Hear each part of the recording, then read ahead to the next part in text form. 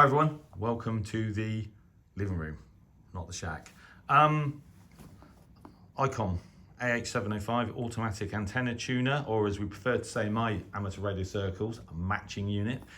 Specifically designed by Icom to use with the IC-705 of course, and most of you will know that I pulled the trigger on a 705 a few months ago because I had this romantic notion that for a change, next time I'm traveling on business or on holiday, rather than just take a shortwave radio with me and have a tune around the bands, which I've been doing for years, I would take a QRP transceiver, effectively a portable transceiver, and have a go at some amateur radio whilst I'm out and about. 705 for me basically was the best option. I have previously had a Zygo G90 which was really good. Proper 20 watts out, running on batteries, and with the matching unit would match literally anything, a rusty nail. But the screen was tiny, I have to wear glasses, the menu system's pretty complicated, and although it was great, in the end I part exchanged it with my 7300 for the Kenwood TS990. 705 I've always liked. I nearly bought one a long time ago but didn't. So anyway, I got the 705, and you will know that I've basically not been anywhere since I bought it. What I've been doing is testing it indoors with the Wonder Wand telescopic antenna, demonstrating that you can work FT8 indoors with sort of 5 watts, mostly on 20 meters. And also you can work a lot of the world on, well, certainly Europe, with milliwatt levels of power on FT8 with an external antenna. And I've been doing that through one of my manual MFJ matching units. I don't think I would want to take a matching unit with me when I'm traveling, which is why the Wonder Wand is, particularly the sort of telescopic, is perfect because it's tiny and you can match on 40 pretty well, 20 quite easily. But in terms of being portable in the UK, round and about, then it doesn't make sense to sort of carry a manual MFJ around, so pulled the trigger on an AH-705. So let's just see what's in the box. I went with Icom rather than, is it MAT do a version of this? I just figured that Icom designed and built the radio, so they'd have a better idea on how to design a matching unit specifically for it. So, got some instructions. It is actually just a leaflet. It's a piece of A3 folded into A4.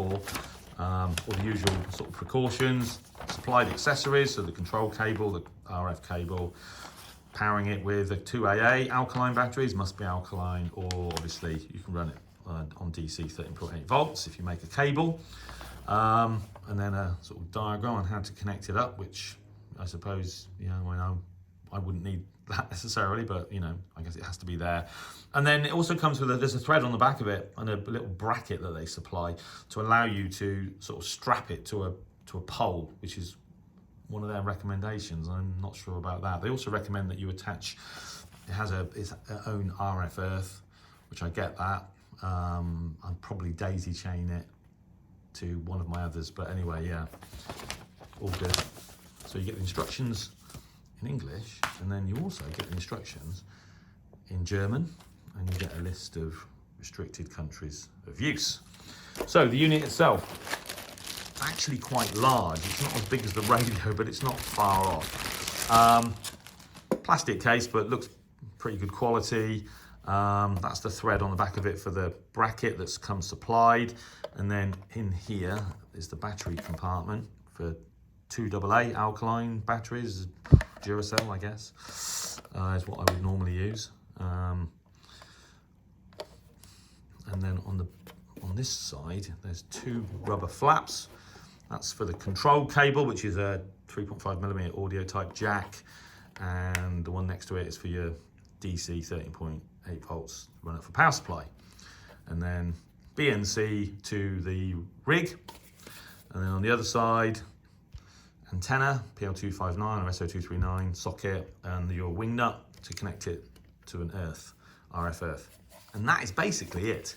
So, a friend of mine actually, at the last Harwell Amateur Radio Society sort of meeting at Chiltern Village Hall, he bought an automatic and matching unit it's smaller than this. It had a little display on it. I can't remember which one it was, but I think he bought it from AliExpress.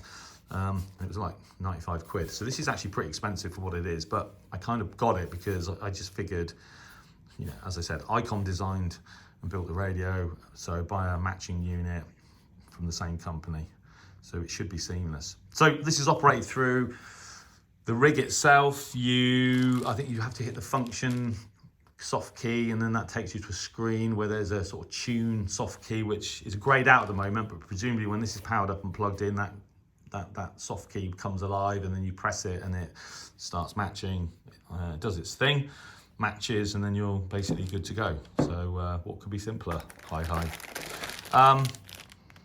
2 cables. So it comes with the control cable supplied and the coaxial cable for connecting it to the rig. No problem at all. There's a little PL259 build your own connector. I think it said in the instructions you can also sort of convert that to a banana plug socket, I guess. Yeah, fine. And then this is the bracket that screws into the back of the thread, as I said, and then using like a strap or something to strap it to a pole. And that's basically it. But then that's basically all you need. So should be very straightforward to set it up and very straightforward to operate it, as it is automatic, as they say.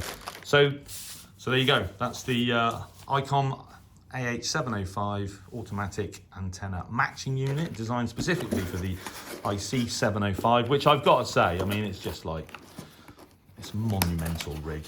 It's just brilliant. I love that rig. I use it a lot, but not for its primary purpose, which is sort of sideband amateur radio. I actually listen to the radio with it, tune shortwave, DX, etc.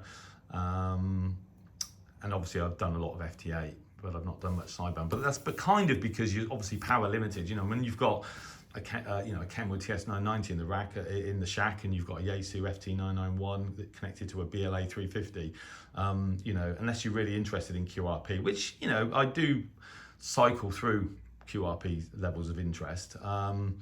It doesn't, you know, really gets used for sort of monitoring shortwave DX and FT8. But now that I have this, it will be very interesting to sort of go portable